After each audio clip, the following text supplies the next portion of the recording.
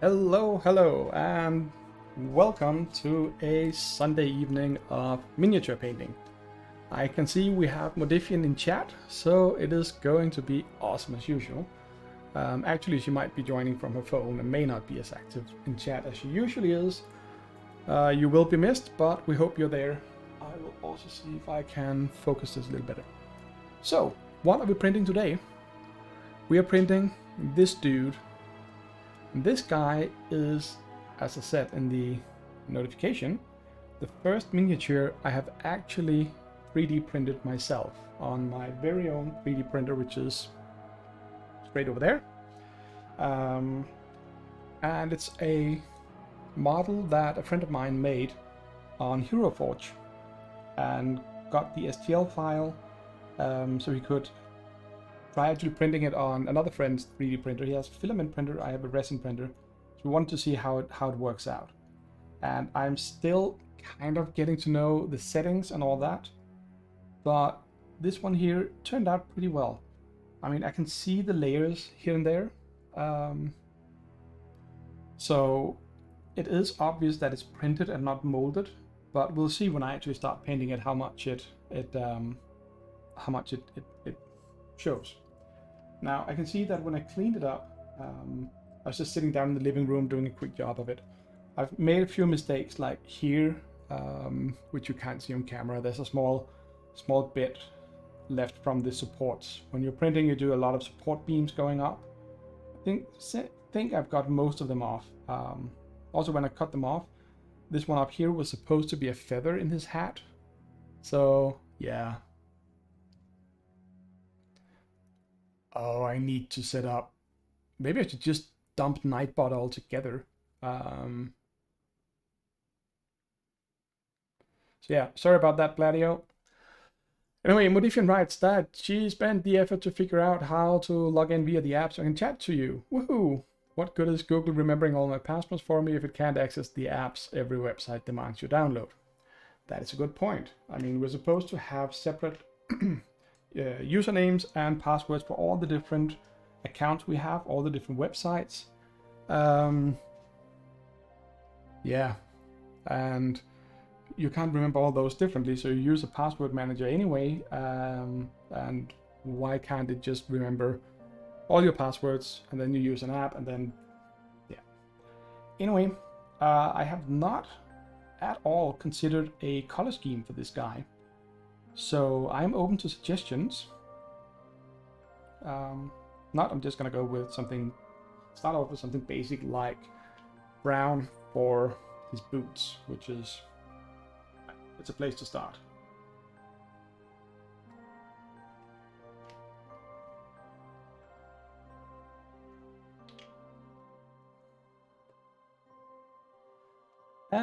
Pink, of course you're gonna go pink. Was that? No, that was purple that Corpse Throat chose the other day. And the character build, it's a character a friend of mine made in HeroForge. Him and another friend who also has a 3D printer were just sitting around talking about whether it actually made sense to try and do it on a filament printer. So as an experiment, my friend just slapped this guy together here. So it's not a character from any of our games, but I mean, he's got some kind of sword or rapier style, stabby, slashy sword, and some kind of fire effect going on in his hand. So yeah, so it's completely costume. I don't know anything about him. Maybe we can come up with a name as we go along. But we'll see. Where are all my brushes that I like to use? They're here.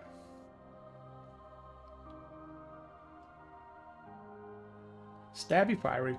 You like it, and then of course with an awesome hat. It was supposed to have a feather in the hat up here, but it broke off when I removed the supports for the model. So there you have it. That's what happens. So well, we'll just get going with the boots.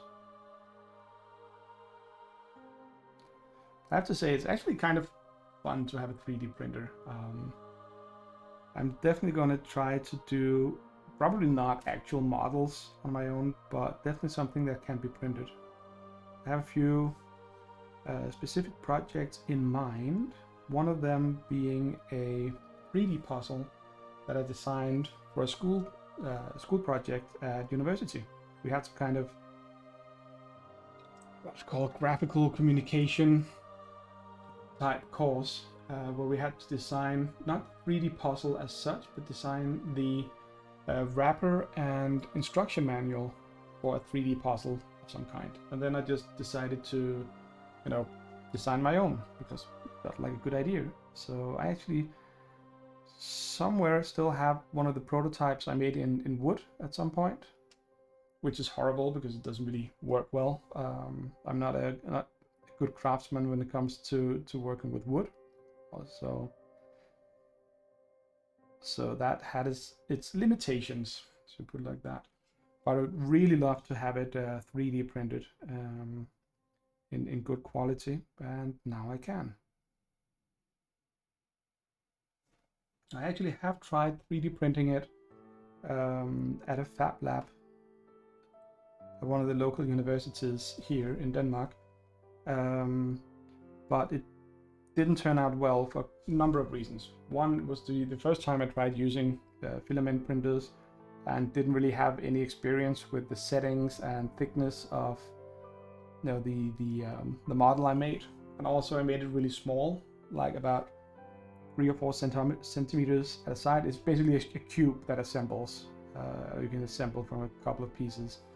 So it was really, really small and delicate, and the printer couldn't really do that. I also had a limited time available because, public fab labs and makerspaces like that, they close at some point. So I only had a few hours of actual printing time that I could use on this. So that was also a limitation, but I learned something from it. I learned that it is far better to spend a lot more time on these things and then get a good result than spending still a lot of time and trying to haste it, because 3D printing just takes time, Printing this one here, it's actually the second time I printed him. Well, third actually. The first time went completely bonkers because I messed up the supports, and the second time I didn't have enough exposure on the resin, so it got a little weird. Might still be able to use the other model, but I figured I was actually gonna bump it up to the recommended values for the resin I'm using, and not the things that people claim to be able to do with it. And it worked out a lot better. Actually, no real flaws in the printing when I did it like this. There was the other time though. But the lower exposure time meant that some of the layers didn't cure properly, which means again that there were small mistakes or glitches, impurities, imperfections, whatever you want to call. That though they were left on the model, particularly in his cape, so I don't think it looked very well. But this model I'm fairly pleased with, and yeah. So we'll see how it goes with actually painting it.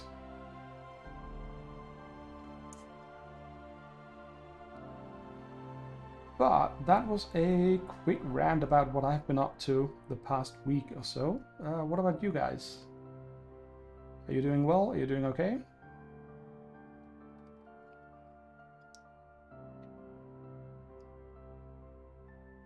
I am also... my hands are shaking like crazy today. I'm not sure why.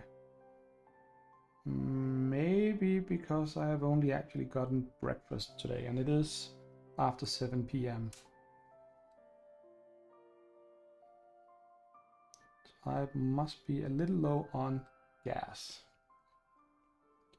And Bladio says, not really all that much here, just work and trying to relax. Trying to relax is a noble endeavor indeed.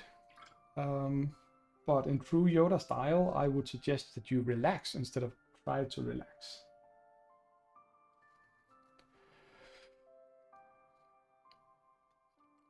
Oh, shit. Yeah, I should do that. Thanks, Modifian. Probably won't do it live, because I'd much rather be painting, but I should definitely do that at some point.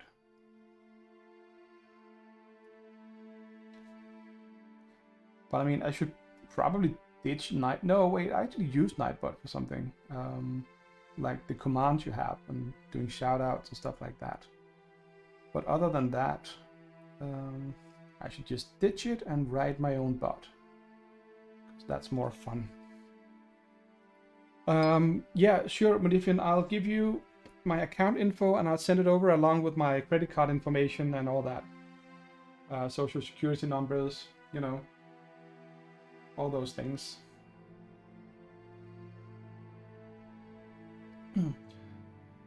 So anyway, my account name for Nightbot is administrator, and my password is secret. So don't abuse it. Well, don't abuse it too much, at least. Be kind.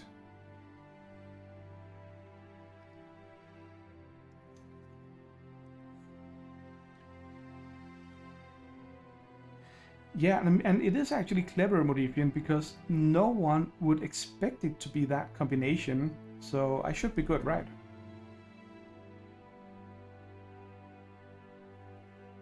Also, I am not a big fan of capes on miniatures. They always get in the way of the areas you want to paint.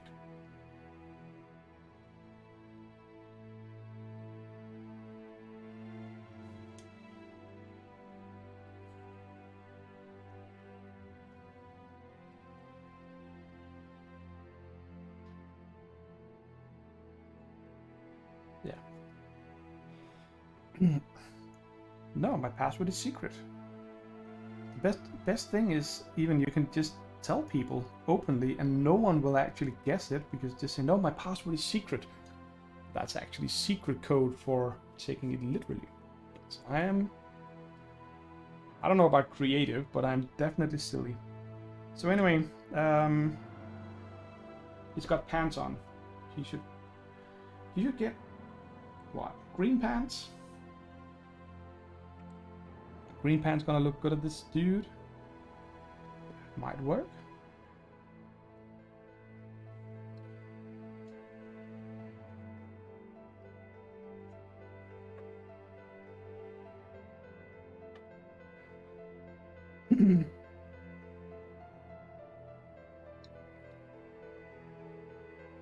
Yeah, I'm sorry to hear about the funeral bill. Please give accept my condolences and pass them on.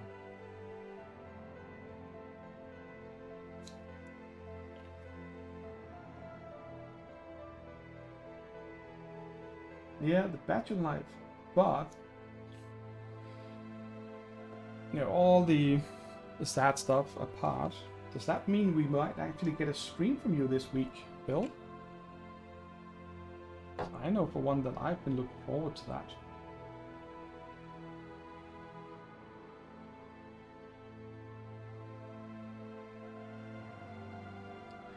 Okay, so this was apparently a very, very bright green. But hey. Yeah, you're long overdue, Bill.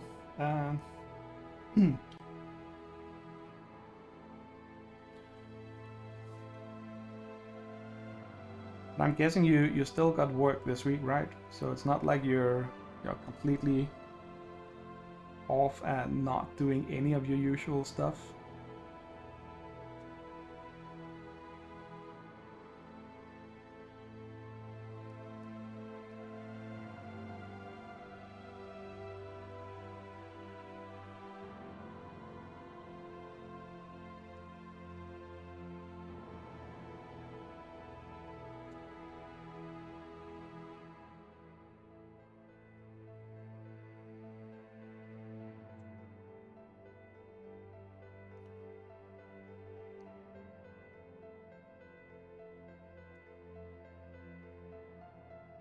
This is where my very shaky hands show far too much.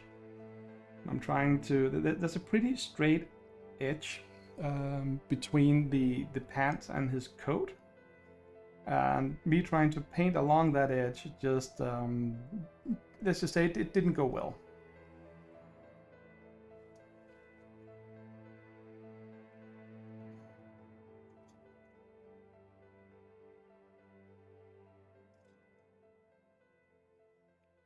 But who cares? It's fun to just try. Just painting him is fun. It's really giving me sort of a childish pleasure to know that. I mean, even though I didn't design this miniature myself, the process is still go into Hero Forge, create the model you want to do, want to paint, or use in your game or whatever. Download a file. Do a quick modification in your slicer program to add supports and do all the settings, blah blah blah, and then put that on a USB stick, slap it into your printer, wait a few hours, and then you have a very, very nice and good looking model. I mean, when I look at it actually, even without the magnifying glass, I can still see sort of layers from the print, but it's really, really, really small things there are. I also need to talk to my friend who made this miniature about making them a little bit more paint friendly. I mean, he's got the elbows tucked in here and everything. That is fun. This is where I've learned out in the real world that you're not allowed to say that it is a problem. You're allowed to say that it is a challenge. You get the chance to show how we overcome it, or some nonsense like that.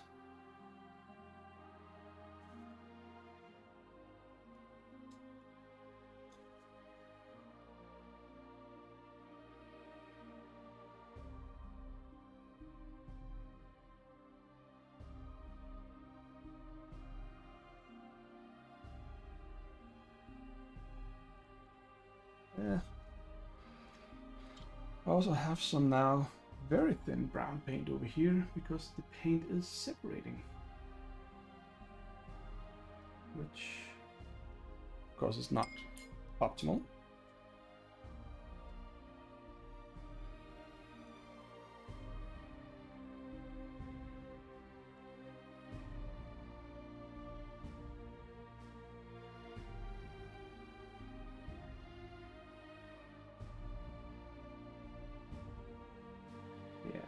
I actually got some down here. I really got some layer issues or print issues or whatever you might call it.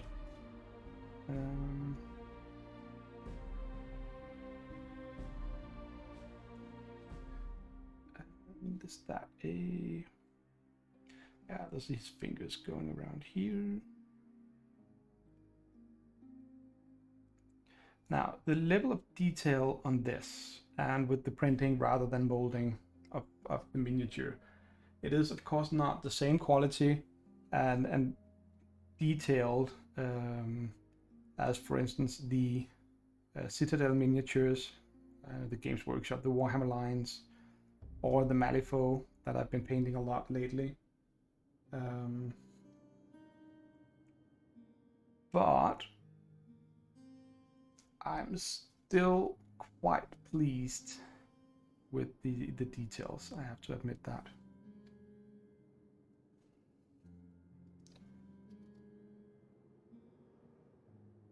So yeah, so a lot of things have happened with 3D printing. Last time, that must have been Wednesday, that was the day I actually got the printer. I immediately let it print the demo models that came with the printer, and they printed out nicely. Of course, they've been optimized, I'm guessing, for printing, and they didn't have any supports because the model was built so it could be printed directly. and that worked really, really well. I mean, that really was just turn on the, set up the printer, do a quick calibration to get the plate level. Resin printers work by lowering a plate in a vat of resin, then it slowly pulls it up and cures each layer, and so build it up. Sort of reverse, like if you have a filament printer, I've seen those where you have sort of a head going around and quote unquote drawing each layer. Here you just expose the entire layer, and then the resin cures in wherever it should cure, and then you get, you know, the small slices or layers that make up the model. So that's the process of it. So for that to work, you need to level this plate that goes up and down, and it really is as simple as just slowly moving the plate all the way down with a sheet of paper between the plate and the bottom. That's actually the LCD screen on the printer, and then just going just a single step up so it knows where the bottom is, and then you bring the plate back up, insert the vat, pour in resin, put in the USB stick, print the model. That really is all it took. So when people actually say that you can just buy a printer and start printing immediately, that is absolutely correct. When you want to do a little bit more advanced stuff, even when you're getting other people's files, they will usually not be directly printable on your specific printer. So you need to go into some kind of software and prepare them for that. What you usually get is the file format called STL. So an STL file with the model information and the 3D information, and then your slicing tool can cut it up in, you know, depending on how thick layers you can print. Set things like for the resin printers, exposure time, for the filament printers. I'm sure there are a lot of other similar settings that need to be fixed as well. I mean, how quickly can it move around on the plate? What are the boundaries? Stuff like that. That depends from, or changes from printer to printer, brand to brand, model to model, or the usual. So you need to do that, obviously. Well, not obviously. You need to do that if you just get someone else's file. But if someone actually has a file prepared for your printer and the type of resin you're using, then you can, like with the model they supply from the printer company, then you can just plug it in, and without using your computer for anything, you can just print out a model. So I would say that falls in the category of plug and play. So now, that being said, I remember when 3D printers started being available, you know, to average normal people, I had a discussion or talk about it, whatever, with a friend of mine, and he was really, really hyped, psyched about it, and well, so was I, because I think it's pretty cool. But he was along the lines of seeing all the potential in it, and there is a lot of potential, like being able to replace bits and pieces in your house or in your car, whatever, you know, places where obviously the filament or whatever material you use won't break and won't, you know, damage other things. So, and he was just like, oh, so if something falls off a lamp or whatever, then you can just print a new one. And he's absolutely correct. You can. But I'm also sort of realistic enough to say, yeah, you can print it if you know how to draw and design the model you're printing. I mean, the whole concept of 3D scanners is also a thing that is on the rise. But just copying an existing physical bit or piece of whatever, that's still a little out in the future, you know, on the consumer market. There are solutions for it, because 3D scanners are also a thing. But yeah, they require, you know, a different setup, and again, there's limited space available. So yeah. So there are some things to consider with all of these new technologies, as cool and exciting and futuristic as they are. We're still in the early stages of a lot of it as consumers. I actually remember when I was a kid, I saw a place where they could do these. I don't know if they used resin or whatever, but they definitely used some kind of what's it called? Some kind of, they had a vat with this liquid in it, and they would actually use it to prototype remote controls. I think it was from Bang & Olufsen, which is a Danish brand, B&O, Danish brand that does a lot of these really high-end, super cool, fancy, expensive speaker systems and hi-fi systems. But yeah.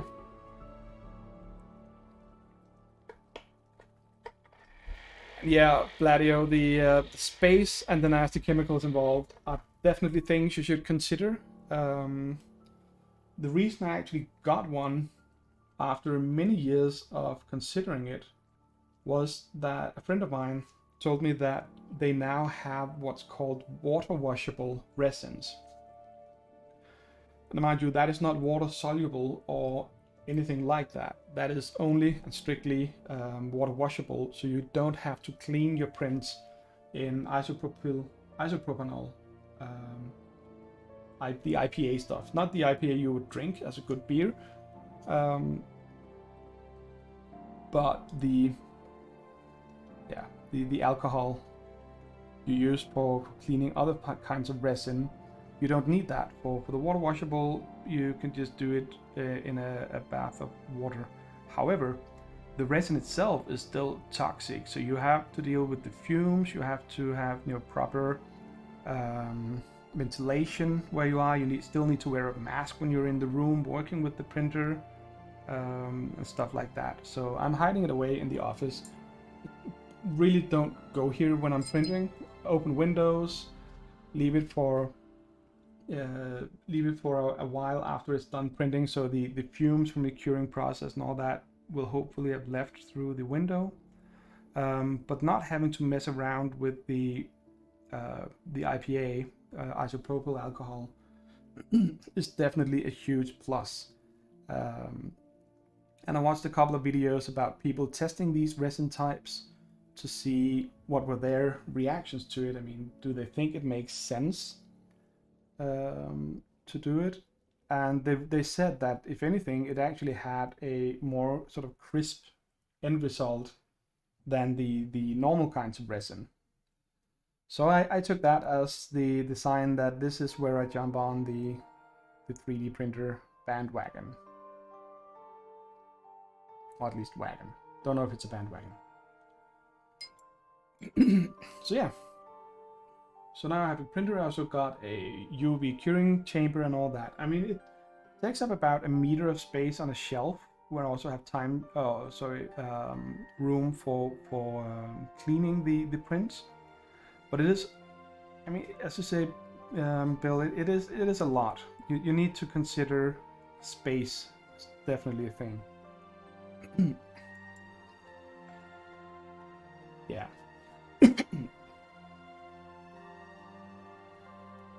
I mean, the ideal thing would be to have a basement or other place, a workshop of a kind where you can install proper ventilation systems and all that, so you can just print to your heart's content. But I don't have that. I live in a flat. It's a 3-room, so I have the living room and an office and a bedroom. So I'm still limited with regards to space. However, it works. So.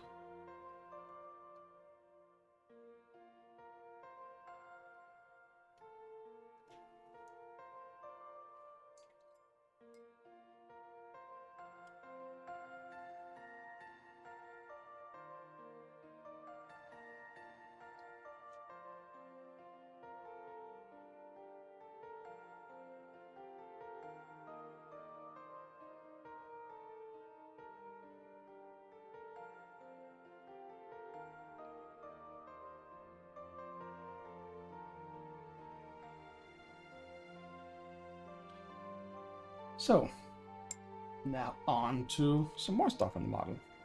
I think we are going for... I'll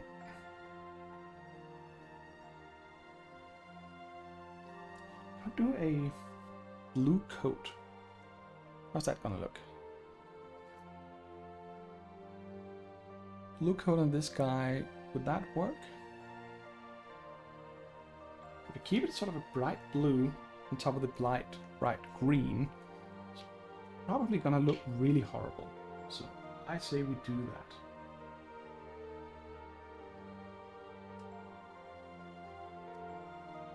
Yeah, I know, Modifian, you're saying pink. But I thought you were on your phone and not commenting at all. Go away! No, that is not a nice thing to say to my most dedicated fan.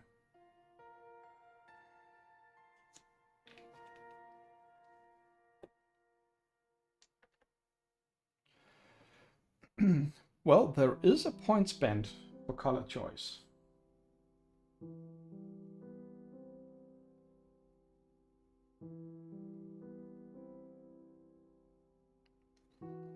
So if you redeem that, wait, is there something about you can't redeeming points on the mobile app?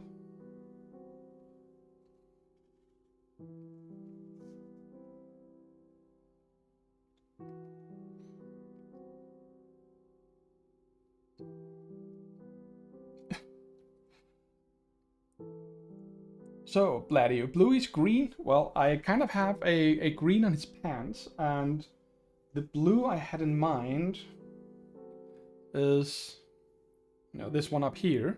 So yeah, blue is green. I could probably... Nope. But if you don't ban Bladio.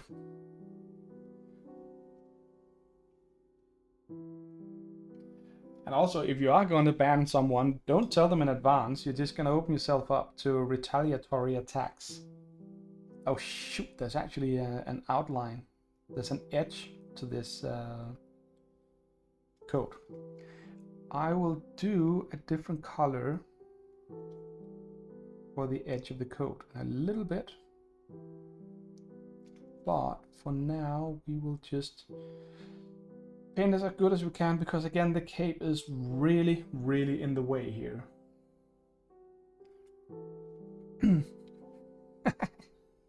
And we have the first food fight in chat, at least the first food fight of tonight, with what looks like Modifian in the empty corner and Bladio in the hot dog corner. There we go. I think Bladio is off to a good start, throwing 3 hot dogs at Modifian, remembering his Nightbot enforced limit of emoticons he can actually use in chat without getting modified. Modded, whatever.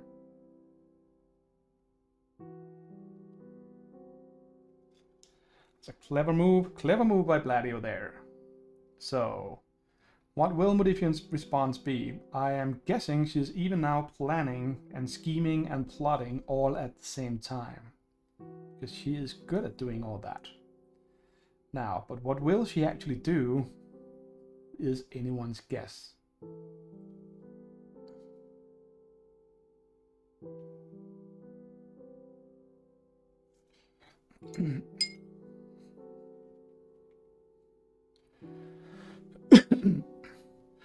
Oh my god.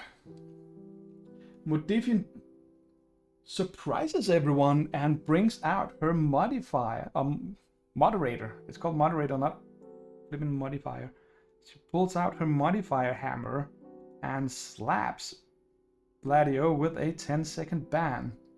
What will he do next? Will he... oh shit. Have I actually made you a moderator or not? It'd be kind of interesting if I had. Maybe I could make you one, and we could have a moderator fight.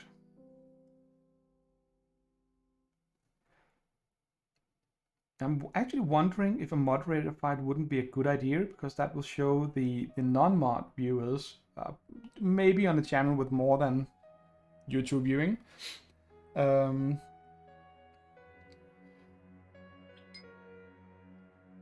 So,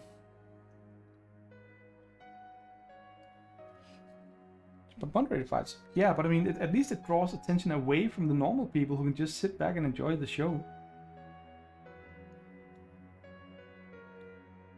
But yeah, moderated fights are probably not a good idea because it shows dissension in the ranks. Which is, I guess, one kind of leadership. Shoot, I've actually at some point in my career been subjected to a boss that gave me and one of my co-workers, was a really decent guy. We got actually completely different, what's it called, orders, objectives, tasks. So he was specifically told to do things in one direction. I was specifically told to make sure he didn't do things in that direction. That's at least the short version of things. And we did. And it was not pretty. It was very unpleasant for both of us. And I still remember the day we realized what had happened, and we kind of sort of more or less just went arm in arm up to our boss and said, hang on, did you just do this to us? So, but yeah. Leadership is an interesting thing. Let's see, what are people... What is the fight coming to in chat? Modifian, did you ban Bill altogether? Oh, you're gonna ban me from my own channel for encouraging Discord. Emote only chat mode. Yeah, if you activate the emote only chat mode, I'm gonna try and guess what your emojis mean. Then I'm gonna tell stories based on that. Am I painting the wrong things blue here? Probably am. Yep, that it is my model. There are no wrong things to paint. Well, wrong things to paint in wrong colors, whatever. Hey, Wohin!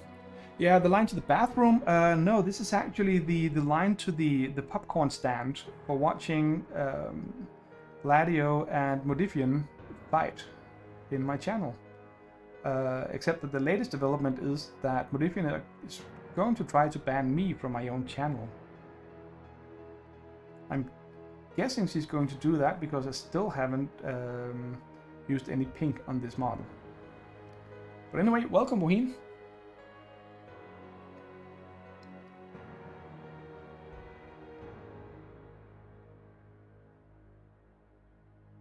What are you up to tonight? Painting? Gaming?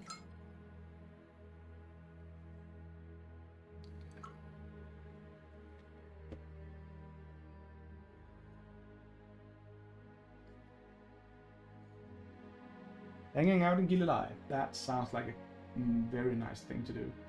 But I'm guessing that also means no Vermintide after the stream.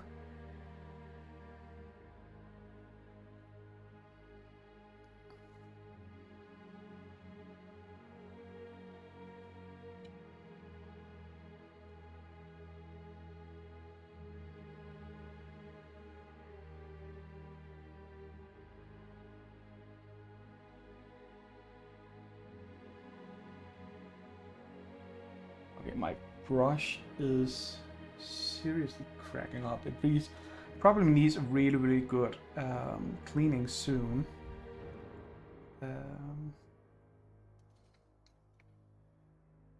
It's just long overdue, I guess. You know what? I'm gonna go for simple. Just claim that this down here is also part of his coat that needs to be painted blue. It will definitely make my life simpler.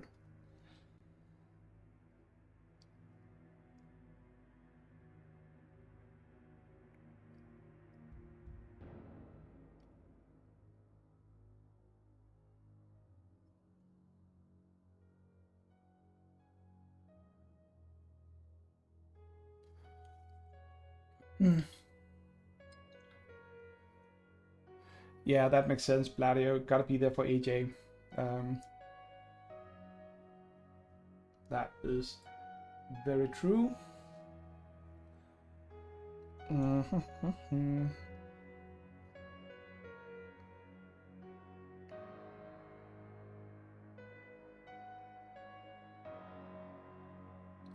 Yeah, and that line I talked about earlier, that was not very nice and even because of my shaking hands, now is a lot more even.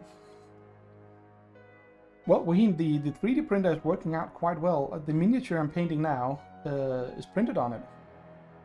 I'll show you in a little bit when I paint it up a bit more down here.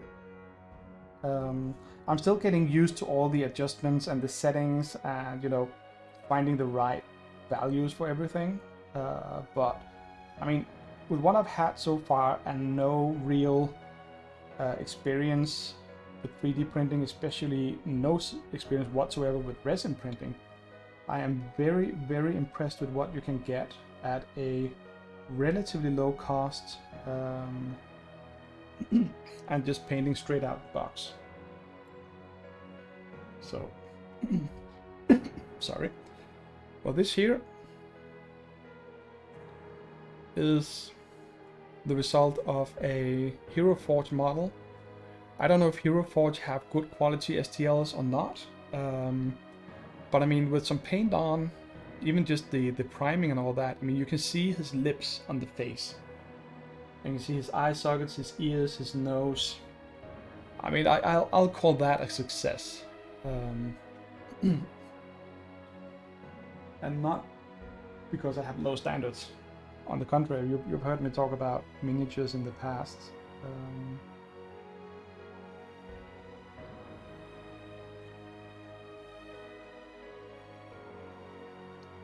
Yeah.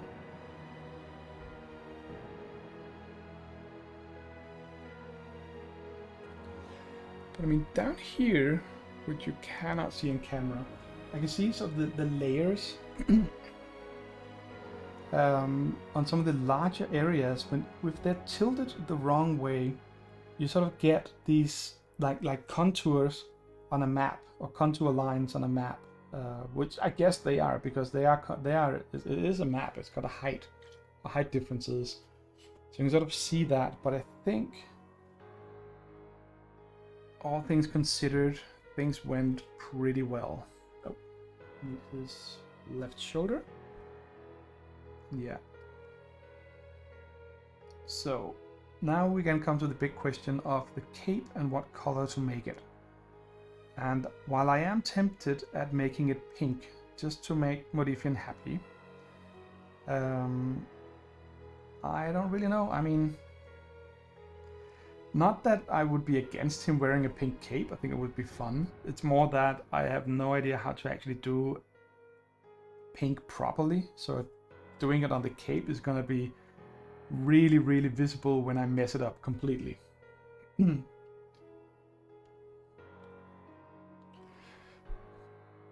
Bohin writes that he might want to try to take advantage of me having a 3D printer. By all means, do so.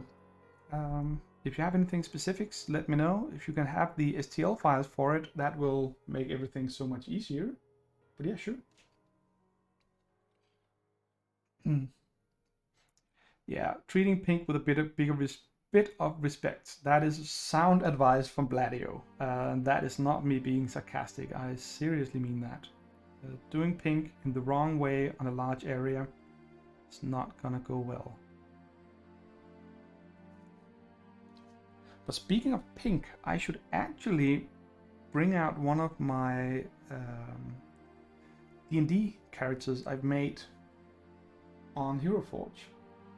And I basically copied the Trollslayer concept. I think I've spoken about her before.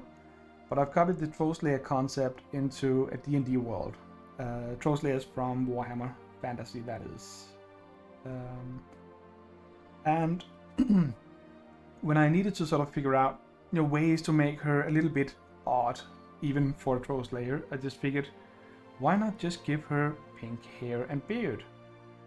I think that turned out quite nicely. But I don't know.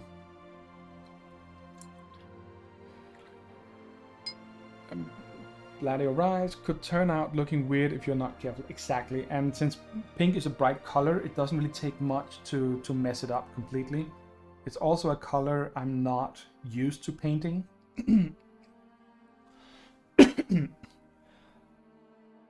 So what we can do though is we could make his ball of fire. We could make that one pink when we get to it, because then it could be pink fire, turning him into a Tzeentch follower. Tzeentch being one of the Chaos Gods from Warhammer again.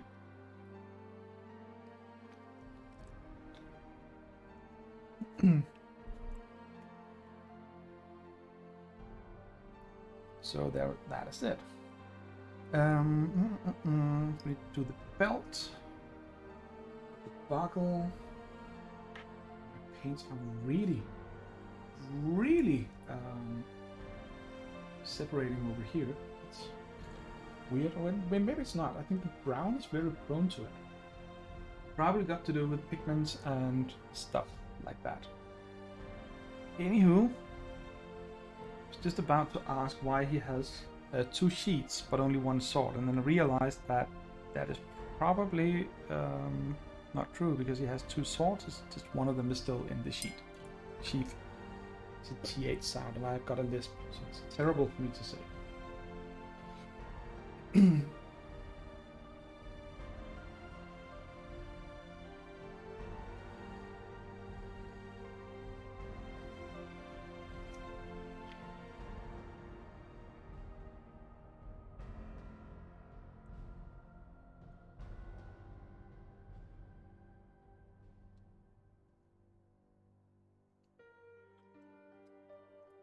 So I should probably do the usual shout out and remind everyone that the music we're listening to is the very talented Adrian von Ziegler, who is so kind that he allows people to use his music for free on streams and non-commercial projects and things like that.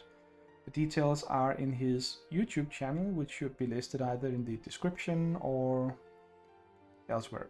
Adrian von Ziegler. He's easy to find, has so much good atmospheric music. It's pretty consistent within albums, so you can actually put on an album and not risk it switching from quiet music to battle music and so on, like you do if you have like a soundtrack for a movie or whatever. I also sometimes use it just for role-playing games, because I think it's really good to have in the background. It's just, set the atmosphere, at least, if not necessarily the right atmosphere for the specific scene, just having some quiet background music for me always helps. Just keeping, I guess it's keeping silence away somehow. Just to have a little bit of background something, so when you're not saying anything, there's still this quiet, relaxing music to fall back on. And when you do have, fight scenes and all that, then you should be able to just describe your way out of it, so it doesn't get tedious and boring and stuff like that. Just having something in the background tends to help, at least when it helps me when I'm playing. Of course, when I'm playing other games, more sort of horror games, like we played Eldritch Horror yesterday in real life. When I play that, I go to a cryo chamber that actually has songs, tunes named after some of the Cthulhu Lovecraftian ancient ones, like Cthulhu itself, of course, Hastur, Nyarlathotep, probably a few others I can't remember right now. So yeah, so that is really just sets a very sinister and at times even scary background music. It's more sort of a soundscape than it's actually music. Maybe it is music and I don't know enough about music to sort of label it or put it in a genre, but definitely good for background. So along the same lines, I would also point out that the very first Quake computer game back from 96 or so, I think, if I'm not mistaken, that actually had a really, really cool and sinister soundtrack made by, I think it was Trent Reznor and all Nine Inch Nails. I'm not sure what name he did it under, but definitely Trent Reznor was in on that project. And it also just have some really, really spooky sounds and soundscapes again, where all of a sudden you'll hear whispering in the background. And I actually used that at some point in a role-playing game where they were sneaking up on some cultists or similar kind of let's mess everything up group of people, and that fortunately coincided with the area of the soundtrack, the Quake soundtrack, where these whispers just come on. You can't hear what they're saying, it's just... And that freaked out my players a bit, which is good. That's the way it should be. So yeah.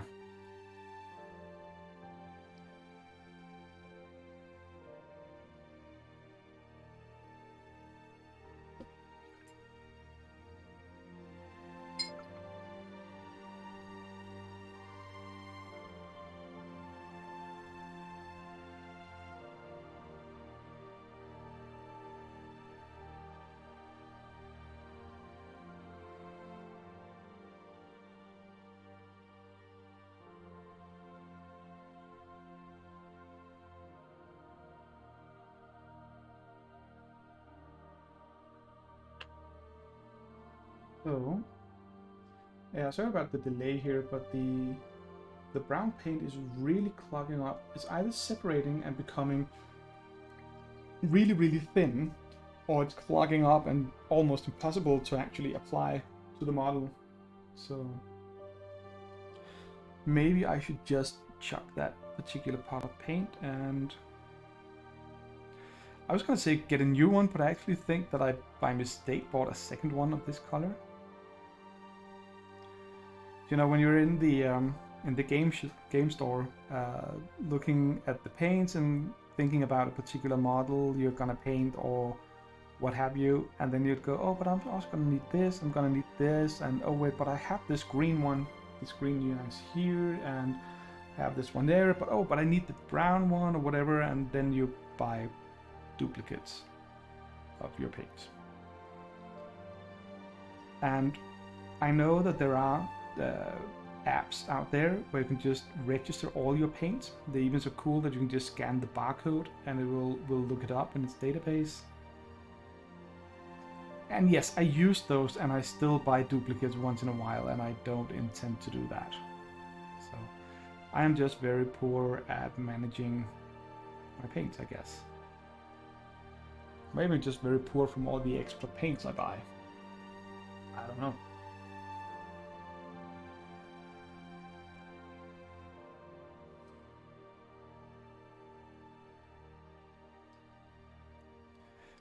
Now, I know that painting this sword all brown here... Shit, my hands are shaking today. Even stabilizing them on the table doesn't seem to work. No, but I know that painting the sword entirely brown here might seem odd, because it's obviously a lot of stuff, like the handle and the small knob at the end, everything is painted brown. But my plan is to actually finish it as if it was a completely brown sword, and then adding the details on top of it later on. I found that it actually works quite nicely.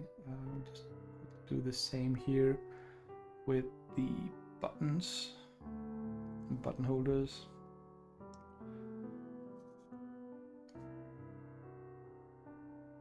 And again, me choosing brown here and not some other color for the small bits here on his coat is actually specifically to limit the number of different colors in the model. My personal preference tells me to do this, because I find that if you just do a lot of different shades of the same colors, or what have you, different colors even, I find that it gets too messy somehow. Might simply be because I used to paint a lot of regiments in games like Warhammer Fantasy Battle. So I prefer sort of having a uniform where you have a few identifying colors. Like this one here would be the blue regiment and whatever. And then also go for these are uniforms designed for people going in to get killed in them. Why would you spend a lot of time? I mean, there are good arguments for doing cool design on your uniforms. Just ask, I think it was Hugo Boss who designed the I'm missing a paint.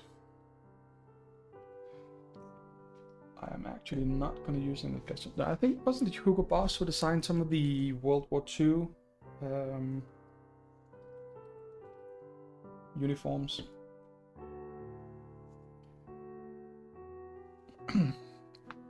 Please note that I did ask if it was him. I'm not claiming it was, so if it wasn't, that's my mistake. I think I'm actually gonna do his skin. Oh, Modifian confirms that it was in fact Hugo Boss who designed some of the uniforms used in World War II on the German side. And yeah, oh, I actually remember a story about that. I once was at a party with some friends who had sort of a birthday celebrating people. They got married somewhere along the way, and you know that kind of let's bundle all of it together kind of parties. But these two friends are both in the goth community in Denmark. Some of the sort of early adopters of that way back in the last millennium. So a lot of the friends came in really, really awesome clothes. I mean, that was basically the defining part of that that party was that no one wore the same style of clothes. It could be, you know, put into some kind of subculture reference or something like that, like goth or whatever. But there was so many different styles. It was so amazing. I was completely underdressed, but then again, I've never been much for, you know, putting on costumes or, you know, dressing up for things like that. It's either I do formal wear or I do completely relaxed and casual. But any of that would have worked well as well here in that party because people were just so awesome. And one of the guys had a replica of an old Hugo Boss. I think it actually was, and I'm gonna name a lot of things that might offend people here, but that doesn't change the fact that we're talking history lessons here. And there was no political, well, there was actually a small political statement in it, but in the good way. We actually had a replica of an SS uniform, an SS officer's uniform, which has a really, really nice cut. But to make it absolutely clear that he did not in any way sympathize or believe in what that uniform originally stood for, the people wearing it, he had slapped on as a shoulder pad a Hello Kitty symbol. So you would see this, and it is quite recognizable. The cut of the uniform and the coloring and the color and all that. He removed all the insignia, nothing of that left at all. And then he just had this Hello Kitty bright and shiny on the shoulder. I think that was actually a really nice way of saying, hey, I actually want to wear this uniform because it's a really, really nice cut. And he must have had it tailor-made to him. It was so well fitting, and he was very, very trim and well built. So he wore it well.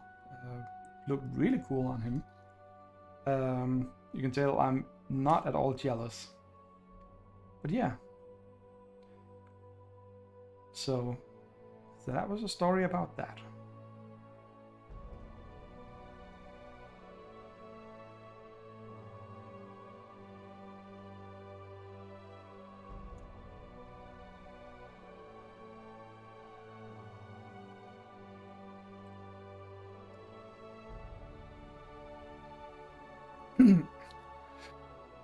You can use points on mobile, but you don't earn them.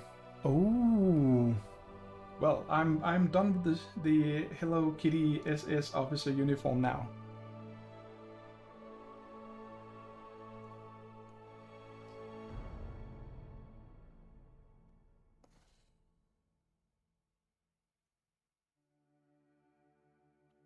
I wonder why you don't earn points on mobile. Maybe it's because is it too easy for people to just... that's actually, for me, it would be easier for me to kind of cheat and just run a stream in the background on a PC than on a phone. So I don't know. That is apparently a Twitch thing. Man, when I'm getting some paint on the face here, other than actually completely messing up his hat and along the way, I can really see the details in his face now. That looks so nice. That is definitely a hit. With the model and printing and all that. So that is definitely the conclusion of this project and experiment, is that resin printing models of Hero Forge, sorry, it definitely works. I don't know how much you can actually see it on his face. Maybe if we do get a little bit more. Yeah, I mean that should be visible. I mean, look at his nose and his eyes and his mouth and all that. That is really, really nice. Oh, and Modifian, we're going for twin braids today. I don't know if I'm sad or not that you don't get that.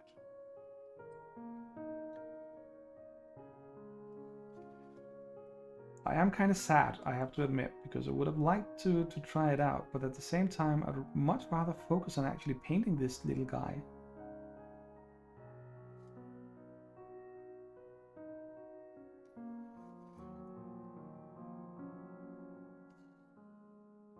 Oh yeah, I should probably mention that, as always, I've done a Zenithal highlight on him to assist with the identifying the parts of the models and all that. So yeah, I mean, even without any kind of shading, this really looks cool. So on to... I can't postpone the cape any longer, can I? But if without using points, you get a freebie on this. I'm not gonna go pink. You want to trigger them at the start of a stream. So I have to wear twin braids all stream. Well, that makes sense.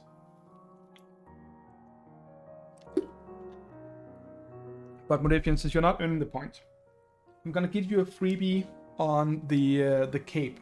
You cannot choose pink.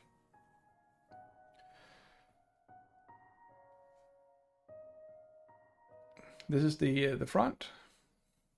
Yeah, you could see that it's the front. Then you have the cape here. There's also sort of the ruffles or whatever. Bright crimson red. Yeah, we can do that. What about doing something like her dress here, but highlighting it way up into a far brighter red?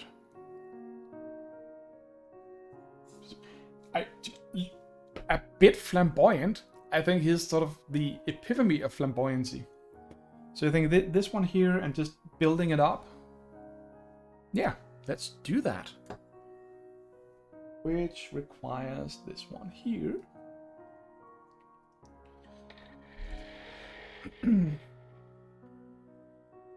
And what about the ruffles? I'm thinking something really, really bright to make it even brighter on his back. I could basically just start out with a fairly dark brown at the bottom, but then to sort of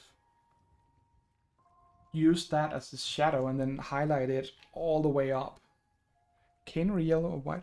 Actually, what I was thinking about doing for those is something along the lines of his flesh. The skin on his, on this one here. Just imagine that being applied to the ruffles. So you have a really dark shadow and then an almost white. Or it could even be white.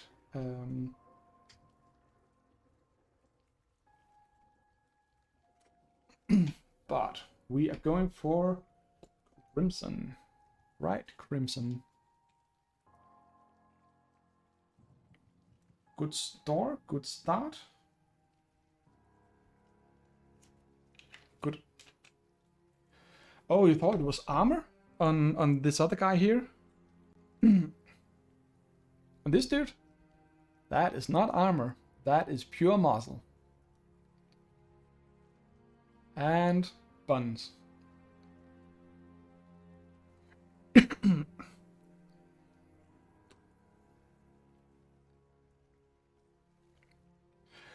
Oh, mobile messing up for you. Well, sorry to hear that. So I hope it gets better.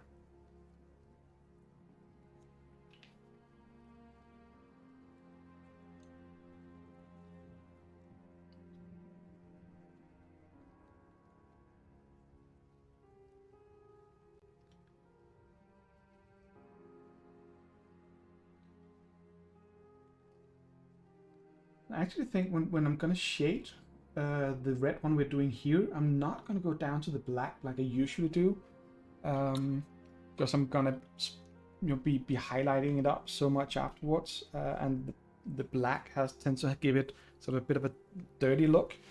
But what I am going to do instead is going to use one of the flesh tones for it. It's gonna give a slightly brownish finish to it. Also gonna make it look a little bit dirty. But that's fine. The black just tends to bring it all the way down to a really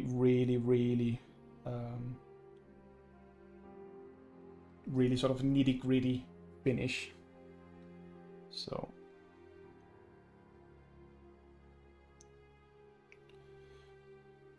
again, I'm using the scale color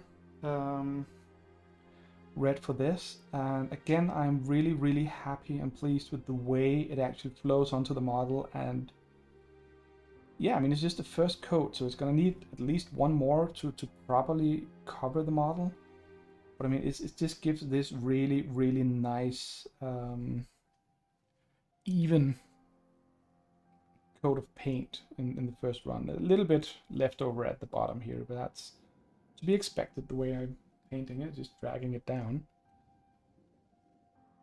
And I have not had as good success with other red tones from other companies. I am not sure what they're doing with this particular one. I also don't know if it's the brand or if it's just this particular red. But Modifian is going full on Santa on us now. I think maybe that means that Modifian is in a giving mood and wants to give us all presents. It's very nice of you, my dear. Keep it up.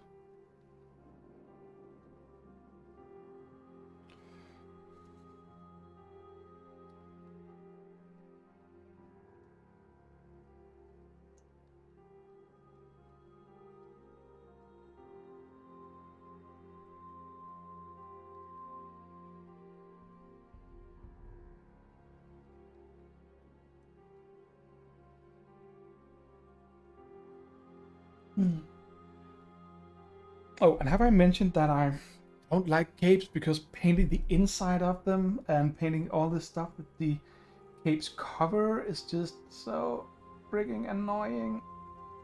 I don't like doing it. It's annoying. And I'm also whining.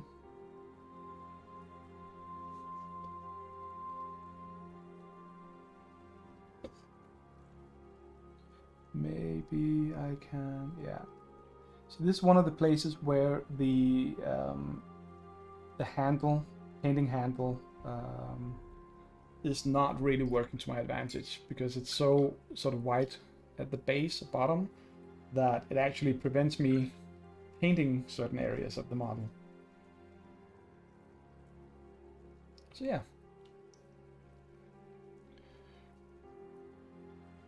But actually a project that I think I want to do and actually spend quite a bit of time on is actually using the 3D printer for bases for my other miniatures.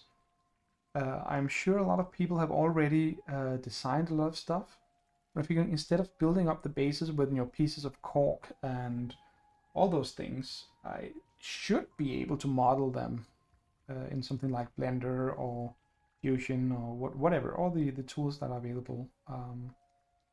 I mean, since I'm an engineer and I had a lot of leeway in the different courses and classes I could take at university, because you basically choose from all the different branches of the technical university, all the different branches or whatever they call types of engineering courses. I could, in theory, and it wasn't called computer science, but that's basically the kind of courses I had took the most. But I also took a lot of math. We had to do some physics as well, like thermodynamics, dynamics, classical mechanics, electromagnetism, stuff like that. Because that's part of being an engineer, is that you have a broad education with knowledge about a lot of these things. Plus, a lot of the stuff basically boils down to applied mathematics anyway. So it's more about learning all the math and then using it.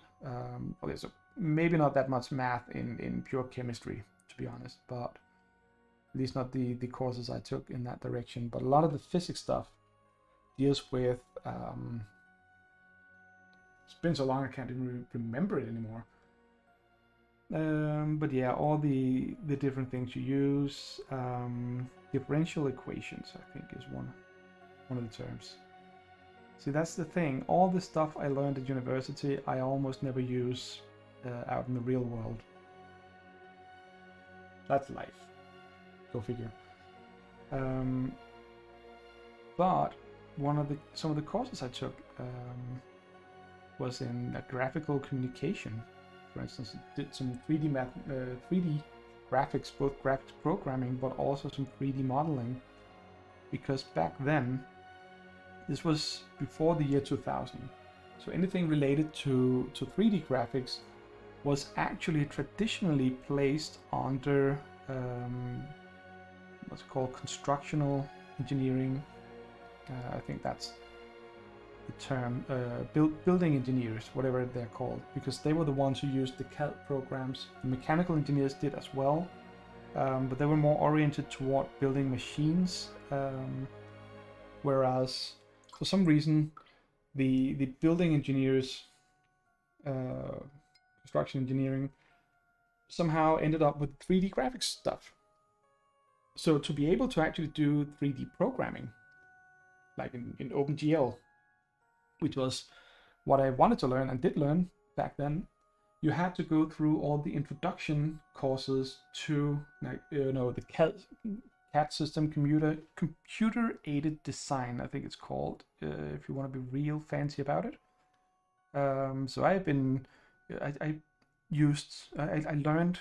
AutoCAD way back in the day when they were still using Silicon Graphics computers, before Silicon Graphics changed their name and officially were called SGI.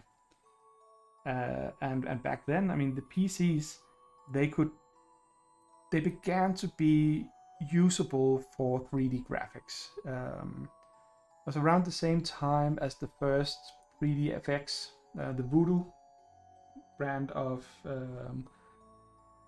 graphics cards showed up for the PC scene, which really changed things a lot.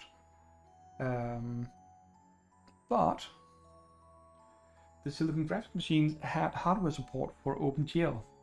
Basically, SDI or Silicon Graphics, more or less, were the people behind OpenGL, I think, with other interesting parties, of course, showing up, but they kind of had it going.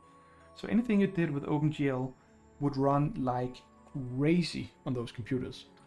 It's also, I think, the only operating system I've ever used, their branch of Unix, used vector art for all the icons. So you could sort of fully scale how large you wanted your icons on your desktop to be, because all of it was just vector graphics, which meant that if you blew it up to be, they were huge, it looked horrible because it was still fairly simple vector graphics, but still you could just do that, and it's just different way of thinking from, coming from a 2D based, bitmap based kind of thinking with the PC.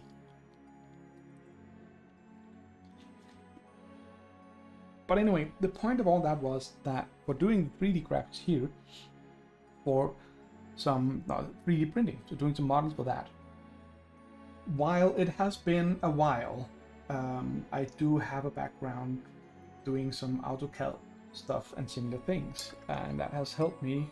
Some of you know I tend to do a little bit of 3D fun and stuff in Blender. I think I actually streamed that about a few months ago. So I can still remember some of the basics. And one thing is learning a specific tool for this. Learn Blender, learn AutoCAD, learn Fusion 360, learn Maya, learn 3D Studio Max, learn whatever all these different ones are called. Learning those are definitely worthwhile because it'll make your entire process run smoother and faster when you know the shortcuts instead of having to go through menus, when you know all the techniques, when you know the different plugins and all that. However, knowing all the basics and sort of general concepts of 3D modeling is really, I would say that's really, as with any other thing, if you focus on the basics, it's going to be a lot easier to apply to different specifics, specific situations, like a specific tool, or I'm terrible at languages. I speak Danish, I speak English. When I get suitably drunk, I speak very bad German. I can pronounce French quite well, but almost can't understand anything of it. But what I know from people who do speak a lot of languages is that once you get the grammar sorted out for that particular brand, or well, not brand, what's called family of languages, I think is the term. I'm not a linguistically gifted person, but once you have the basics down, it's actually only the first language that's difficult. The second one is going to be really easy. If you have sort of the Latin-based languages, which I'm not going to list because I don't know precisely which ones they are, then once you have the first one, then you also have all the graphics, all the grammar. Got 3D graphics on my mind apparently. Once you have all the grammar down, then learning the next language is pretty easy because it's quote unquote only a matter of learning the vocabulary. It's just filling a lot of verbs, nouns, blah blah blah, all the vocabulary, and you don't need to learn the grammar. That's already in your mind. You just need to learn a few details. So that was around in that direction. Okay, so Modifian, are you pleased with the red? So I'm going to tone it down just a little bit in the recesses, and then I'm going to highlight it up quite aggressively. It's not going to be on this stream, but I am going to finish painting the base coat on him. I should be able to do that for 9 o'clock. So, on to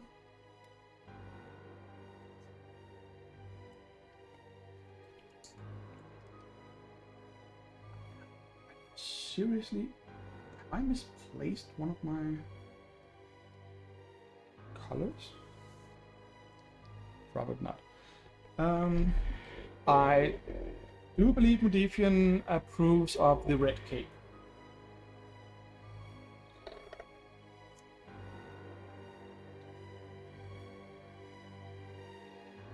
Which is really good because that means I don't have to paint over it.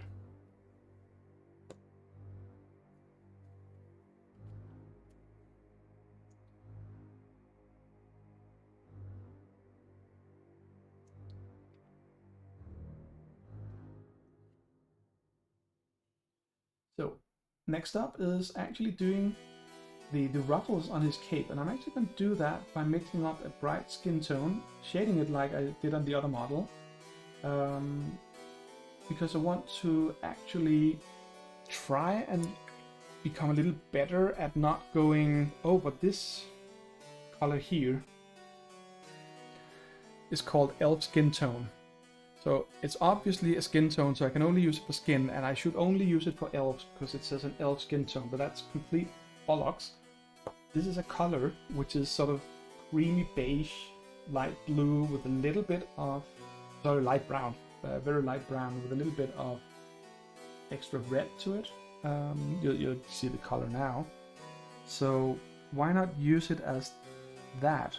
For some reason, with the skin tone for a long while, I always just went for skin tones or for skin, which doesn't make sense because it's just color, it's just paint. Doesn't matter what it says on the bottle, just use it for wherever you feel it's appropriate.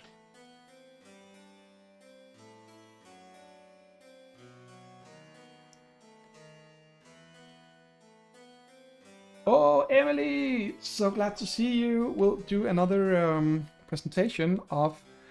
Actually, I remembered what his name is. His name is Unnamed, because that was the file my friend sent me.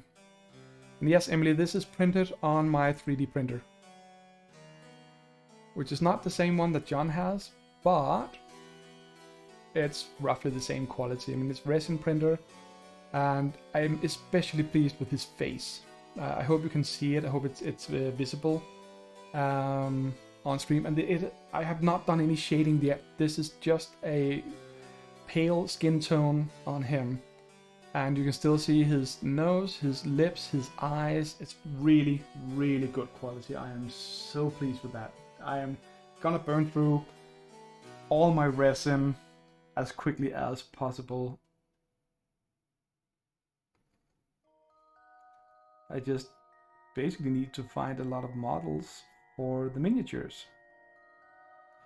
And I promised myself that I will not even consider painting all the models that I print, because a lot of them I will probably be using in when I'm doing D&D sessions with my friends. And I might do like the dipping technique for them, or just do a cenital and just a quick sort of all over shading with something dark, just to emphasize the recesses and the shaded areas on the model. It'll make it a lot clearer when it's on the board, but I'm not gonna do a full paint job on the amount of minis I expect and hope to paint. So yeah, really good detail, as you say, Emily. But I mean, I guess you knew that already from John's experiments.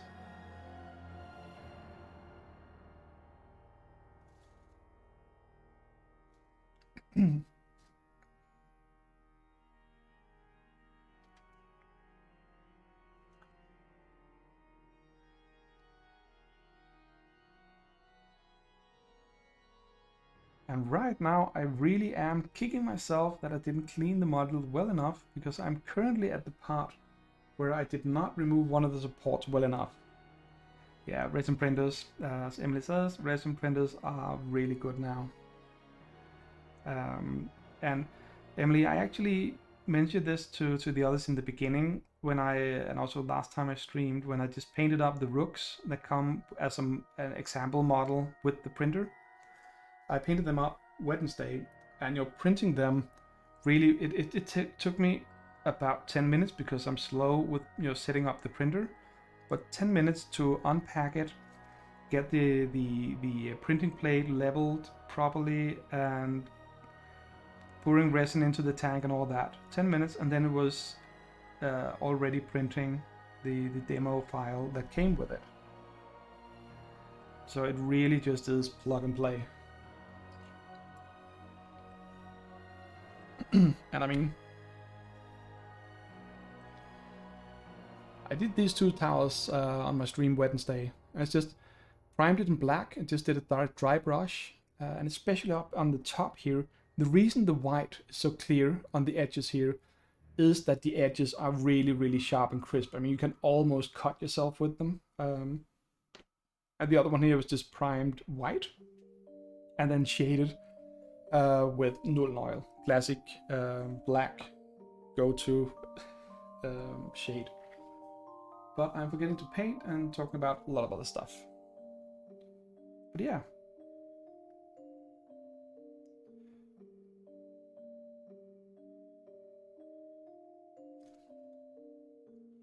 But I mean, when I'm looking really, really closely at the model, I can still see the layers.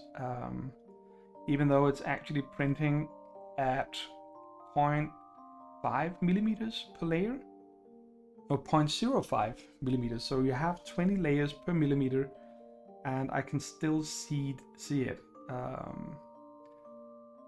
And that's even without the magnifying glass. So yeah, so they are good, but there's still limitation in it.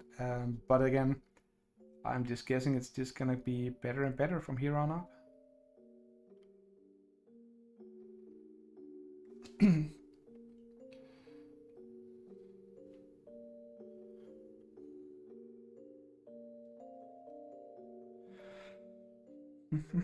And a little bit more here, and then the ruffles should be ready to go. We need the hat. We need a color for the hat.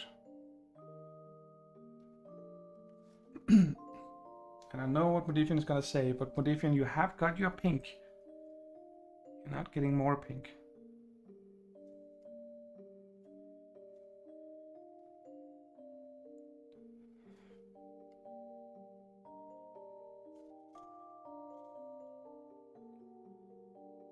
Oh, by the way, Emily, will you be streaming tonight? Your usual board game stream, Sunday night?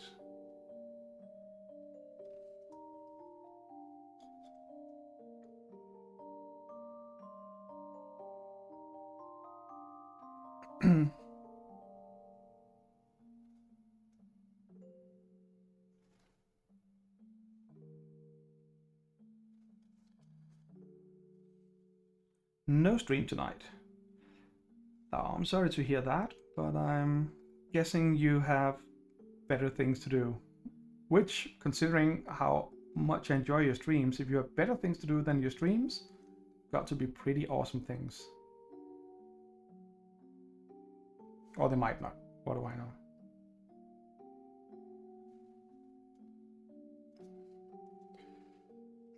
Oh, Mystery Tales. I have not heard of that.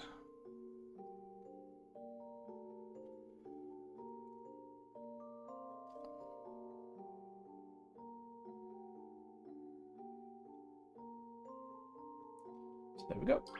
That's this part here. No, we also have some... Oh, he's got hair. What? I think I'll just leave the hair black with a little bit of highlighting. So that should work well the way it is. For the hat, we're gonna go... What are we gonna do for his hat? Could do a red hat. Oh, Cthulhu based.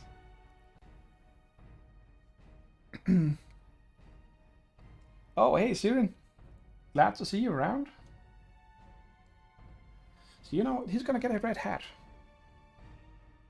So, you're saying the same board as Robinson Crusoe, Emily, and Cthulhu themed. Sounds good.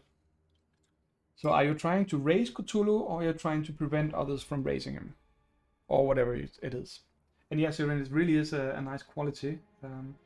I don't know if you were here earlier, but I'm considering using, trying to actually relearn enough of 3D programs to start doing bases for my miniatures and printing them.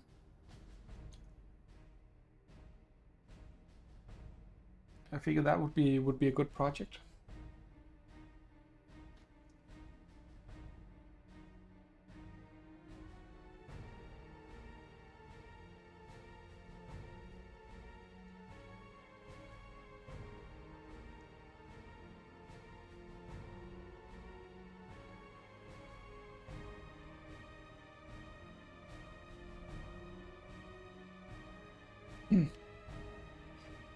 Oh my god. Modifian, have you blocked Bill again?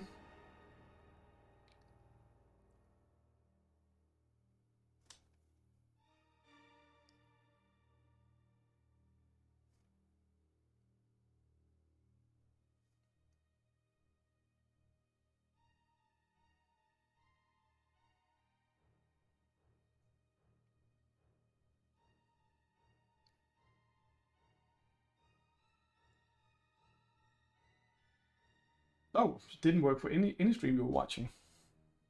That's odd. But then again, Twitch chat sometimes just stops working. I don't know how often it's locally on people's computers, or if they maybe have the server set up with a lot of different servers. Some of them just fall out. I have no idea what the network structure is, but yeah, I've had that happen once in a while as well. You can't chat, you can't say anything, feel all alone and left behind. Well, no, not really, but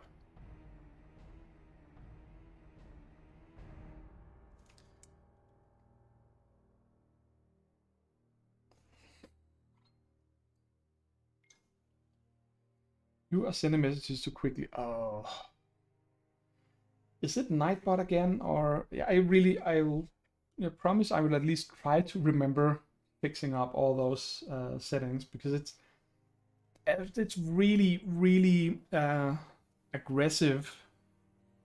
Now, I think that red hat is a really good start. That's Twitch, not Nightbot. Yeah, but I mean, it's gotta be something I can control somewhere. I guess.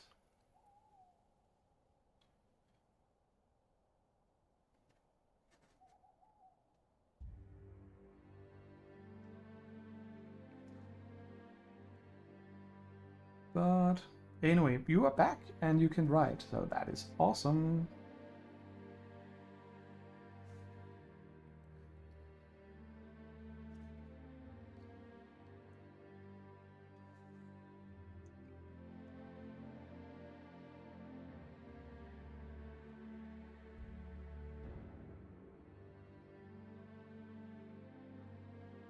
Oh, and I just remembered that it's actually probably a good idea that you're not streaming tonight, Emily, because this coming week I'll actually go in physically to the office every single day of the week, even though we still have the lockdown restrictions and all that. The reason I'm doing it is that we have some work being done in the apartment building I live in, so we have no water from 8 in the morning to 4 in the afternoon, evening, whatever. And I don't really care for staying home an entire day without water. I've done that too often to know how annoying it gets real quickly. Having to ration out water, cleaning stuff, using the toilet, all those things. So I'm hiding in the office, and we're not that many people there on a regular basis, so it should be good. But it also means that I actually have to be out of the, all done and out the door before 8 a.m., which is by no means early, unless you're watching awesome board game streams until 2 in the morning. Then, being out the door at 8 is all of a sudden a little bit of a challenge.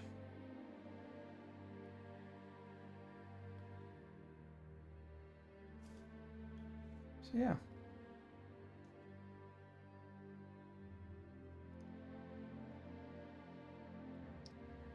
Okay, so the hat up here, I can very clearly see that I did not clean that well enough when I removed the supports and filed it down and all that. It's got a lot of really small pieces underneath the hat that I didn't notice, and they make small bumps, which messes up the paint job a little bit.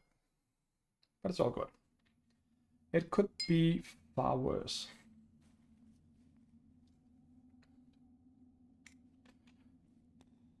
And yeah, no water. Ugh. I am very much with you on that, Emily. And also, I mean, if it's just a few hours, we've had that once in a while. It's just sort of like from, I don't know, 10 to 1 or 2 in the afternoon, no water. That's fine, because that's 3-4 hours. I can work around that. But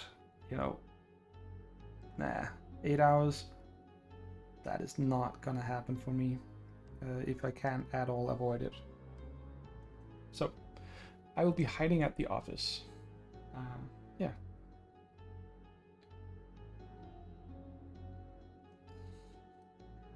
And I have to say that as unfriendly it is towards the environment, I really am happy that I have a car now. Because that means I don't have to go either by bicycle. We had the weather turn, so it's been raining a lot this last few days, and doing 10 kilometers on bicycle you can get really, really wet.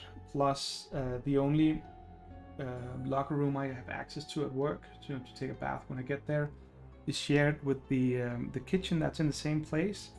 And again, with the corona thing going on, I don't feel too comfortable, using the same dressing room as about 10-12 other people that are not people I socialize or hang out with, or even talk to normally.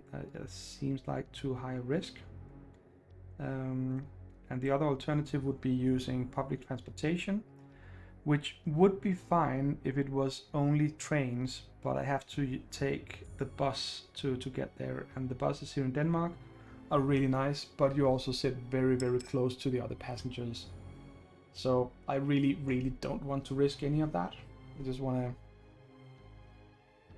to, just want to cheat and take my bike. Sorry, not my bike. I would have preferred to take my bicycle, but that's not an option at the moment. So I'll take the car instead.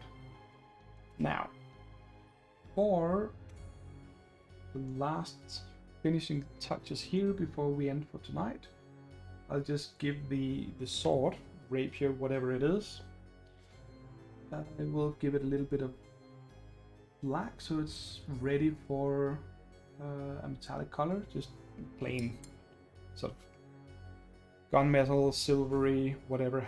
And then I will paint the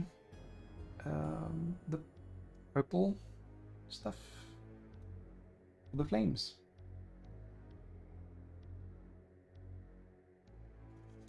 And yeah, I've actually thinned down this black quite a lot, and I've used a thinner medium, so it kind of flows a little bit like the shades or the contrast colors.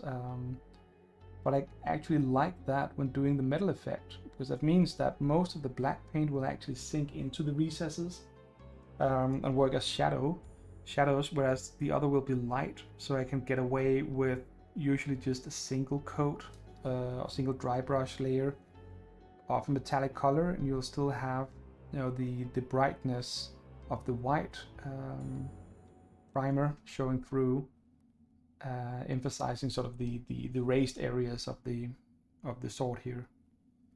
So that's a trick I picked up quite recently. Don't know why I haven't used it before. I've also sometimes done the other way when I didn't want to do a dry brushing, because it does give that slightly dirty finish to it. What I've done then is just normally painting it with a metallic color, like usually silver, to get a bright one up and going, and then shading it down with a black shade or ink. So that's the exact opposite, sorry, of dry brushing. Instead of taking a dark finish and working up towards the highlights, you will instead be doing a bright start and shading down the recesses. But this is actually kind of a mix, because I'm semi-shading it now. And then I'll dry brush it when I continue. Got a little too much brown, racing off in the wrong directions. And yeah, I don't even have a pink. So I obviously need to thin down, mix up a pink. Oh, that's gonna be a pain to reproduce when I continue and need to do the highlighting. But I am doing this for you, Modifian, so you better appreciate it.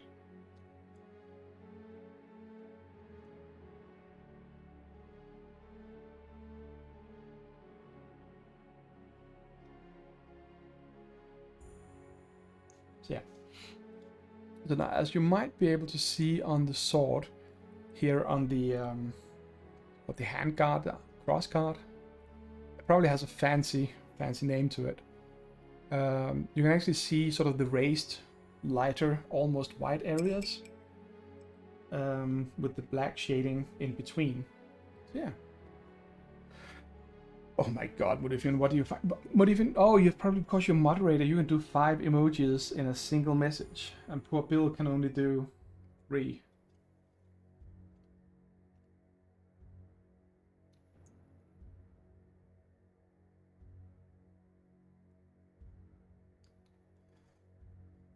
And yes, this is me doing the thing I always say that I shouldn't be doing. I'm trying to touch up a few things that actually don't need touching up, because this will mostly sort itself out. Okay, this will not sort itself out, but mostly sort itself out once I'm shading and highlighting again later. But it was there, so I did it. So now for the pink, a good start is probably red and white.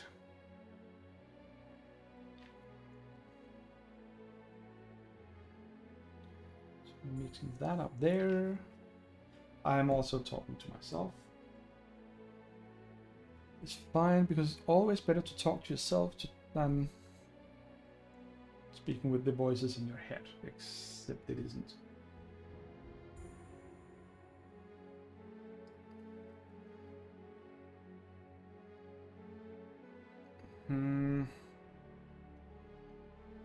Okay, so what I'm getting here is not really pink, it's just a really, really, really bright red, which I guess pink kind of is, but I want to give it something different. Maybe if I do like this, is that going to make it more pink, or is it just going to make it more muddy? No.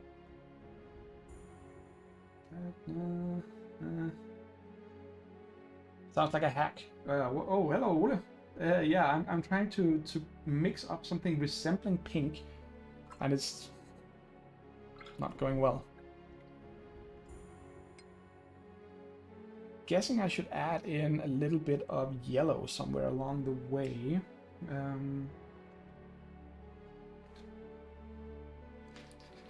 Oh, that's true, Emily. It's not a problem unless the voices in your head are heard by others. That is true. And there is also the good old saying that I've stopped fighting my inner demons, now we're on the same side. Which is also not a bad thing. So take a little bit of white, a little bit of yellow, and a lot of red. We're not getting what I want. So this is why I don't like mixing colors. I never get them right. Well, yeah, simple stuff like brightening up a color, I can do that fairly well. But actually making it pink this all just looks muddied. So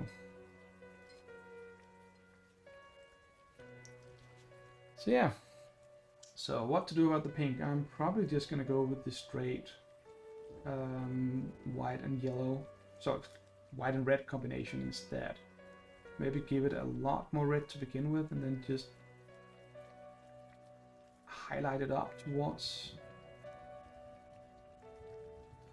sort of a brighter pink, almost white at some point. That's probably gonna work. Fake it till you make it.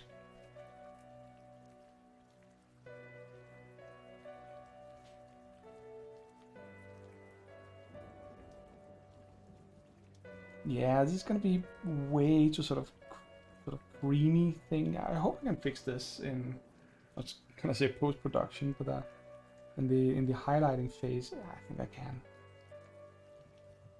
I think I can, because I can bring it up all the way to a very bright, almost white sort of intensity.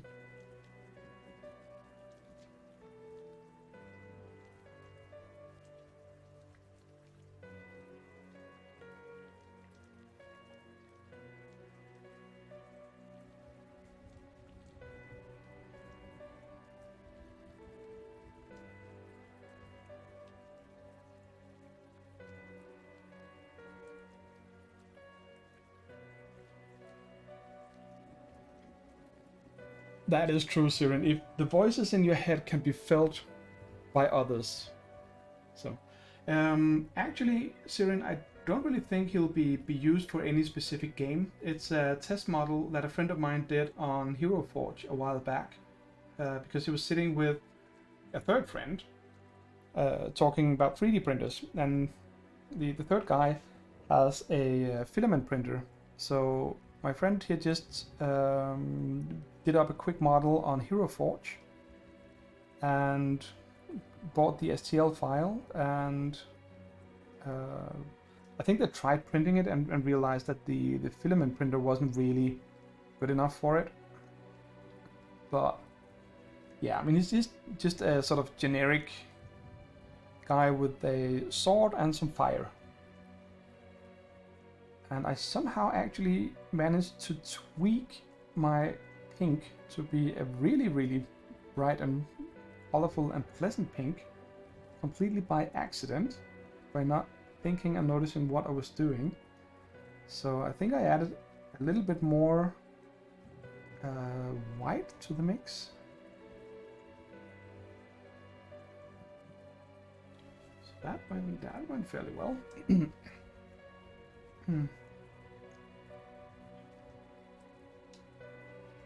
So let's see here if I can do this without getting pink all over the rest of the model.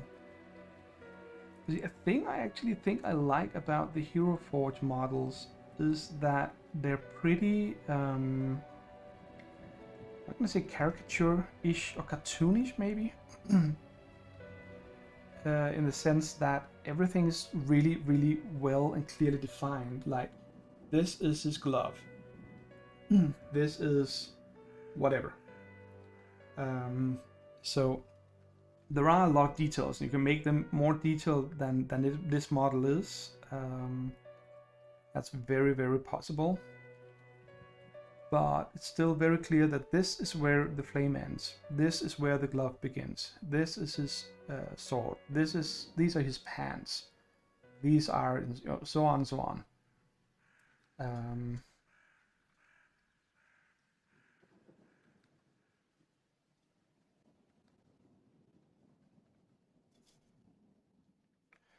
So yeah, that was pink. Turned out quite nicely.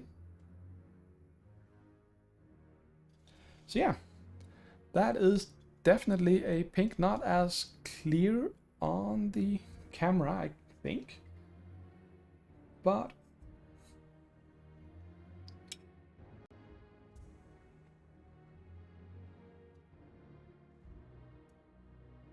yeah, I think that went really well, and really well timing as well, because it's almost coming up on 9 o'clock, so that is where I usually end my streams. And I mean, this again, as I said, talk about, the sort of style, very stylized. I think stylized is probably a good word for it. So if we can do the give him a white background here, you can see it's really clear what is what on this miniature. You have no doubt whatsoever where his coat is. It's also sort of very thick. His coat, the finish of it, his boots, his hands, his cape, the ruffles, all those things. So yeah, you want to see this model with your fingers. Well, next time we meet, which should be Thursday, you get to see him. And oh yeah, the piece of paper here. Often people actually ask me when I sort of upload pictures of my miniatures, and I tend to clean it up pretty well, do a fairly sort of even background. And people just go, "Oh, but how are you doing it? It looks so cool. Do you have like a light box or photo studio or something for it?" The annoying simple truth of the matter is I usually just find whatever, like a bottle, put behind a standard piece of printing paper, or printer paper, copy paper, and I just put the model in front of it. And the camera is a little bit high here, but you get the picture. Well, actually, the camera gets the picture. You get the point I'm making with this. Just doing like that, and then just cutting it down to size afterwards, so you don't get all the mess around it, but just cropping it, and you have a really nice model and really nice picture. It's very simple. I mean, it is essentially what a light box is, but I tried using one of the small, sort of easy setup light boxes, and it just didn't work. It was too small, so you couldn't really cut down the photo afterwards. At least not unless you had like a long zoom on it and put your camera far away so you get less sort of perspective stuff. So yeah, but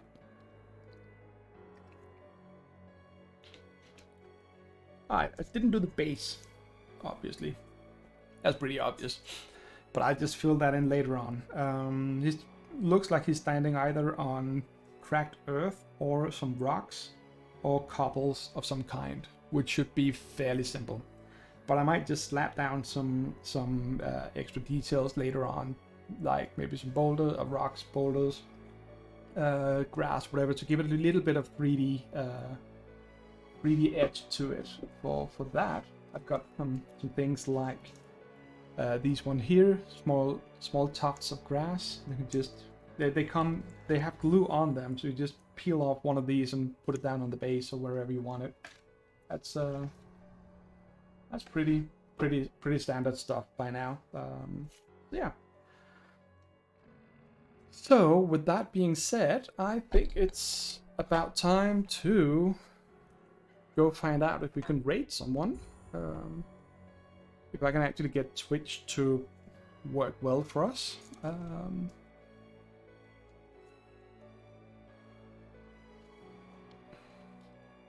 See if works well, but as always, it has been an absolute pleasure having you guys here.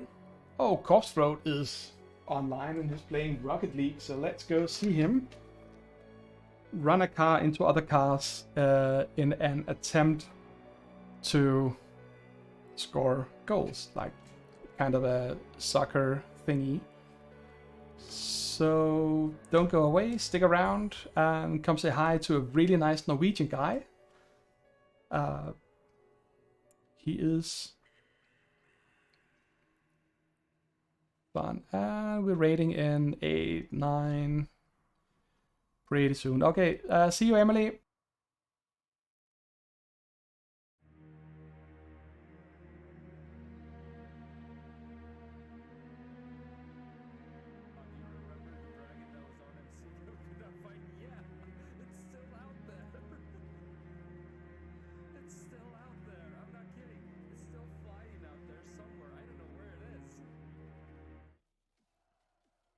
Found it on my minimap. If you look at the quartz vibrating, oh, Dad.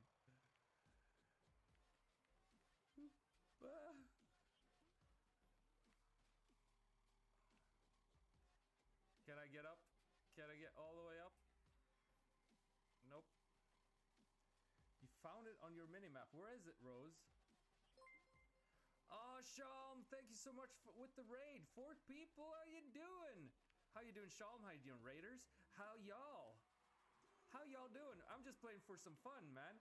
Right now, it's nothing serious. We're just chatting, playing some stupidness.